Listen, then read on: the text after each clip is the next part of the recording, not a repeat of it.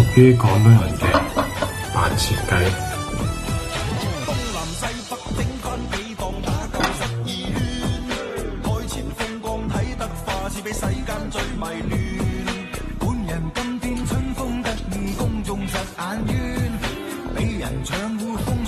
今日又做煮飯佬，試一試呢個廣東人的脆脆魚。15蚊嘅瘦肉翻去燉湯，包爽包脆。嚇！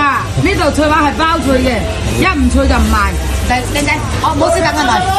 我整個脆肉丸，轉完身翻去咧煮飯。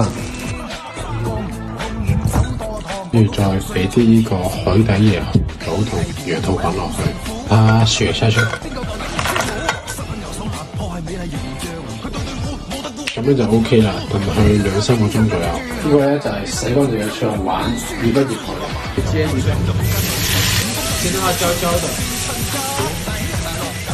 把啲牛草炸開佢，料頭把它炸香。呢個最關鍵啦，呢個就係花薑。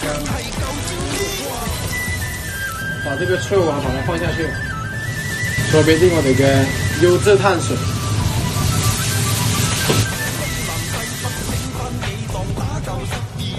屬於廣東人嘅白切雞，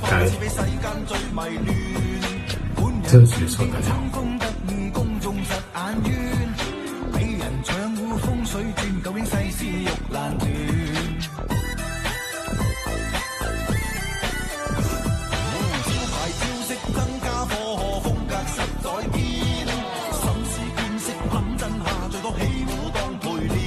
小雞腿再來一條。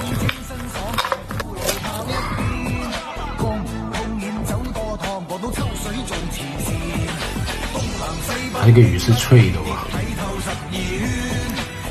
我整啖呢個靚湯先。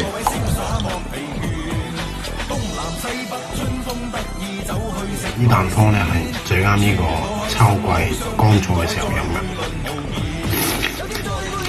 舒服。